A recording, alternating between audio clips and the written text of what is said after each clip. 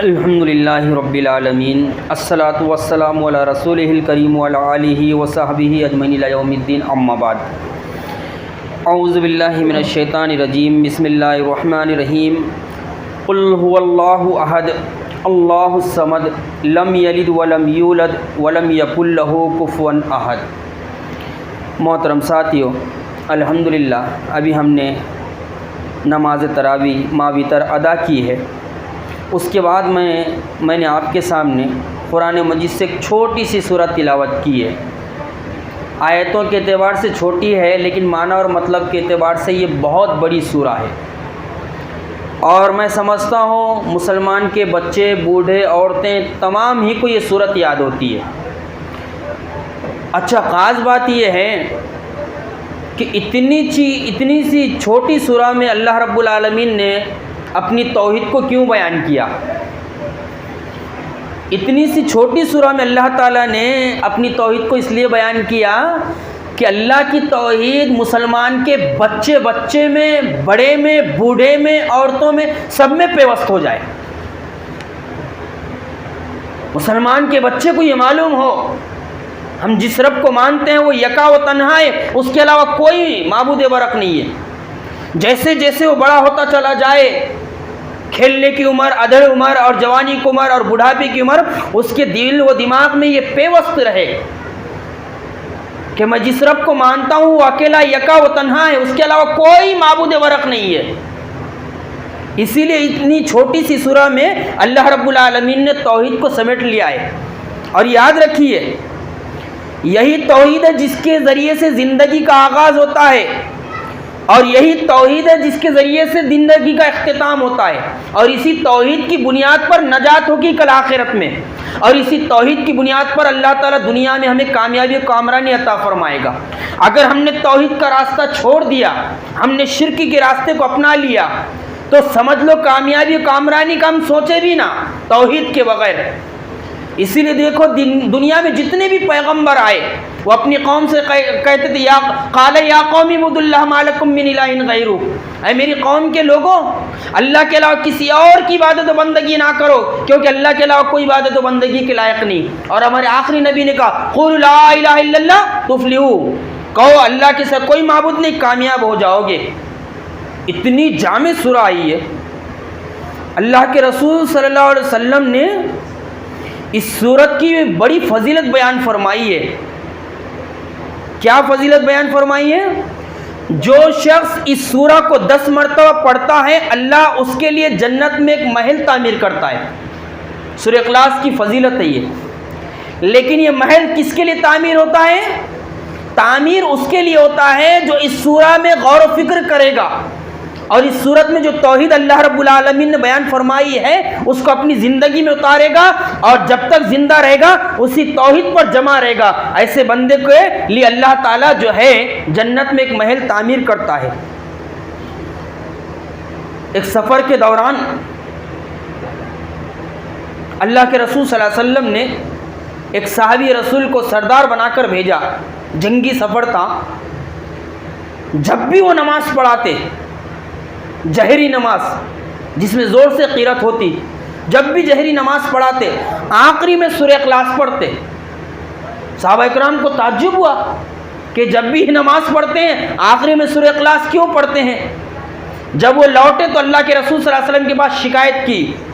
کچھ صحابہ اکرام نے کہا یا رسول اللہ، یہ جو ہمارے امیر تھے یہ جب بھی نماز پڑھاتے ہیں نماز کا اختتام سورہ اخلاص سے کرتے ہیں۔ اللہ کے رسول نے فرمایا ان کو بلا کر لاؤ۔ کہا یہ لوگ ایسا ایسا کہہ رہے ہیں۔ کہا یا رسول اللہ بالکل صحیح کہہ رہے ہیں یہ لوگ، میں جب بھی نماز پڑھاتا تھا جہری آخری سورت جو ہے سورہ اخلاص پڑھاتا تھا اور نماز کا اختتام کرتا تھا۔ کہا کیوں، کیا بات ہے؟ ہر رکعت میں سورہ اخلاص پر تم اختتام کیوں کرتے تھے؟ تو انہوں نے کہا اللہ کے رسول صلی اللہ علیہ وسلم اس سورت سے مجھے محبت ہے، اس سورت سے مجھے انسیت ہے۔ اللہ کے رسول صلی اللہ علیہ وسلم نے فرمایا اسی محبت کی بنیاد پر اللہ تجھے جنت میں داخل کرے گا۔ سورہ اخلاص کی محبت کی وجہ سے جو ہے اللہ تعالیٰ جو ہے تجھے جنت نصیب فرمائے گا۔ اور اس سورت کا اصل موضوع توحید ہے۔ اس سورت کا اصل موضوع توحید ہے۔ اب اس کا شان نزول کیا ہے؟ اس کا شان نزول یہ ہے کہ مشرکین مکہ کے کچھ لوگ آئے اللہ کے رسول صلی اللہ علیہ وسلم کے پاس اور آ کر کہنے لگے مذاقاً، استہزاء کے ساتھ، مذاق کے ساتھ کہنے لگے، اے محمد صلی اللہ علیہ وسلم، تم ہمیں جس رب کی طرف بلا رہے ہو، جس رب کی طرف تم دعوت دے رہے ہو، اس رب کا نسب بیان کرو، اس رب کا خاندان بیان کرو۔ مذاق کے طور پہ کہنے لگے، تم جس اللہ کی طرف دعوت دے رہے ہو نا، کہہ رہے ہو کہ وہ پروردگار عالم یکا و تنہا ہے، بتاؤ اس کا نسب کیا، اس کا خاندان کیا ہے، وہ کس خاندان سے، وہ کس نسب سے ہے۔ اللہ تعالیٰ نے بہت بڑی صورت نازل نہیں فرمایا، بس سورہ اخلاص نازل فرمایا، اور سورہ اخلاص نازل فرما کر اللہ تعالیٰ نے بتا دیا اور سمجھا دیا کہ اللہ کی پہچان کیا ہے، اللہ رب العالمین کیا ہے، اس کی شان کیا ہے۔ اللہ تعالیٰ نے یہ سورہ اخلاص نازل فرمایا، قل هو اللہ احد اللہ الصمد لم یلد ولم یولد ولم یکن لہ کفوا احد۔ اے محمد صلی اللہ علیہ وسلم، یہ تیرے رب کا نسب پوچھ رہے ہیں، یہ تیرے رب کا خاندان پوچھ رہے ہیں، یہ تیرے رب کے بارے میں پوچھ رہے، تو کہہ دے قل هو اللہ احد، اے محمد صلی اللہ علیہ وسلم کہہ دو کہ وہ اللہ یکا و تنہا ہے، اکیلا ہے، اللہ الصمد، اللہ بے نیاز ہے، اللہ کسی کا محتاج نہیں ہے، اور اللہ کے علاوہ جتنے بھی اس دنیا میں ہیں سب اللہ کے محتاج ہیں۔ اللہ کسی کا محتاج نہیں، کسی کے کام کے لیے، یہ اللہ کی پہچان ہے۔ ارے وہ اللہ کیسے ہو سکتا جو کسی کا محتاج ہو؟ وہ ایشور کیسے ہو سکتا جو کسی کا محتاج ہو؟ وہ خدا کیسے ہو سکتا جو کسی کا محتاج ہو؟ رب وہ ہو سکتا ہے، اللہ وہ ہو سکتا ہے، ایشور وہ ہو سکتا ہے جو کسی کا محتاج نہ ہو۔ اللہ نے اپنی پہچان بیان فرمائی، اور ہمیں چاہیے کہ ہم اللہ کو مانیں تو اس طرح مانیں کہ اللہ کے علاوہ کسی اور کو نہ مانیں، اور اللہ کے علاوہ کسی اور کی نہ مانیں۔ اللہ نے کہا، اپنا نسب بیان فرمایا کہ یہ نسب پوچھ رہے نا، بتا میں کون ہوں، قل هو اللہ احد، اے محمد صلی اللہ علیہ وسلم کہہ دے کہ اللہ یکا و تنہا ہے، اللہ الصمد، اللہ بے نیاز ہے۔ بیوی بچوں کی ضرورت تمہیں ہے، اللہ کو بیوی بچوں کی ضرورت نہیں ہے۔ کھانے پینے کی ضرورت تمہیں ہے، اللہ کو کھانے پینے کی ضرورت نہیں ہے۔ تکلیف تمہیں آتی ہے، اللہ کو کوئی تکلیف نہیں ہوتی، اور تمہیں تکلیف اس لیے آتی ہے کہ اللہ تعالیٰ بتانا چاہتا ہے کہ تو کتنا بھی تکبر کر لے لیکن تیری رسی میرے ہاتھ میں ہے۔ اور حقیقت یہی ہے، انسان کے تکبر کو دور کرنے کے لیے انسان کو اللہ پریشانی میں ڈالتا ہے، بیماری میں ڈالتا ہے، تکلیف میں ڈالتا ہے۔ انسان تو کتنا ہی بڑا ہو جائے، تجھے کتنا ہی بڑا عہدہ مل جائے، کتنا ہی بڑا منصب مل جائے، لیکن تکبر میں نہیں آنا، کیونکہ تیری گانٹھ میرے ہاتھ میں ہے۔ تو اللہ کبھی بخار کے ذریعے سے بتاتا، انسان کا تکبر توڑتا، تو کبھی بیماریوں کے ذریعے سے، کئی قسم کی مصیبتوں کے ذریعے سے انسان کا تکبر توڑتا اور بتاتا کہ دیکھو یکا و تنہا اگر کوئی مالک ہے وہ رب العالمین ہے۔ بڑی جامع سورہ ہے یہ، اگر اس ایک سورت کو ہم سمجھ گئے تو انشاءاللہ تعالی پھر ہم شرک کے قریب نہیں جائیں گے۔ اس لیے ہمارے بچوں کو اور ان کے سینوں میں، بڑوں کے سینوں میں، عورتوں کے سینوں میں اس سورت اور اس سورت کا معنی اور مطلب اچھے طریقے سے بیٹھنا چاہیے اور بٹھانا چاہیے۔ اللہ تعالیٰ نے کہا اللہ الصمد، اللہ بے نیاز ہے، لم یلد ولم یولد، نہ وہ کسی کا باپ ہے اور نہ وہ کسی کا بیٹا ہے۔ وہ کسی کا باپ نہیں ہے، وہ کسی سے جنا نہیں ہے، اور نہ کوئی اس سے جنا گیا ہے۔ وَلَمْ يَكُنْ لَهُ كُفُوًا أَحَدٌ، اور اس کے برابر کا، اس کے ہمسر کا کوئی ہے ہی نہیں۔ پھر جب اللہ کے برابر کا کوئی نہیں ہے تو پھر اللہ کے علاوہ کوئی اور رب کیسے ہو سکتا؟ اللہ کے علاوہ کوئی عبادت کی اور بندگی کے لائق ذات کون ہو سکتا؟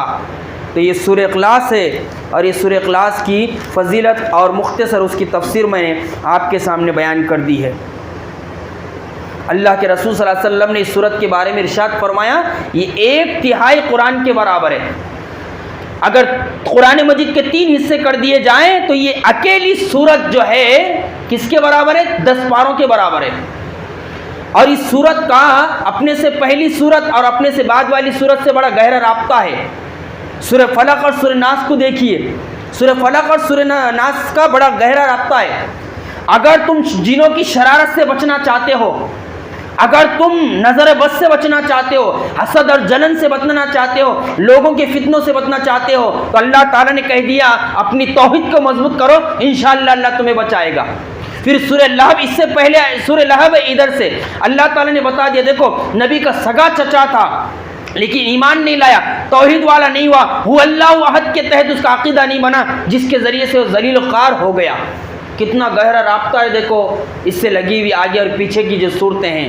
اس لیے ہمیں چاہیے کہ ہم قرآن اور قرآن کی ان صورتوں کے ذریعے سے اپنی توحید کو مضبوط کریں۔